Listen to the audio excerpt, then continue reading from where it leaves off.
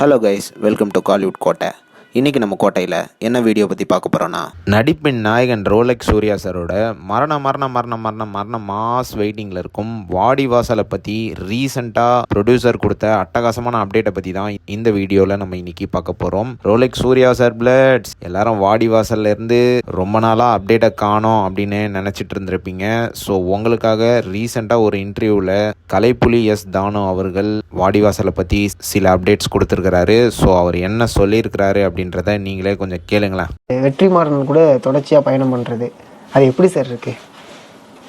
ஆரோக்கியமாக இருக்கு. என்ன அசுரன் கொடுத்துருக்கிறாரு, அதுக்கடுத்து இப்போ அரசன் கொடுத்துருக்கிறாரு, அதுக்கடுத்து இன்னும் பெரிய ப்ராஜெக்டோட பேசிட்டு இருக்கிறோம், அதுக்கடுத்தது வாடிவாசல் இருக்குது. அப்படின்னு கண்டிப்பாக வாடிவாசல் நீங்கள் சொல்லிட்டீங்க, அது எல்லாருமே எதிர்பார்க்கக்கூடிய ஒரு விஷயமா இருக்குது. அதுக்கு ஒரு அனிமேட்டாங்க, அது லண்டனில் ஒர்க் போயின்னு இருக்குது. அது வந்தானோன்னு அது ஒரு நல்ல டைம் பார்த்து அது நடந்தது. சூப்பர். ஆனால் அது உலக தமிழருக்கு ஒரு அங்கீகாரம், ஒரு அடையாளம் வாடிவாசல். என்ன நண்பாஸ் கேட்டிங்களா? ஸோ ஒர்க் போயிட்டு தான் இருக்குது.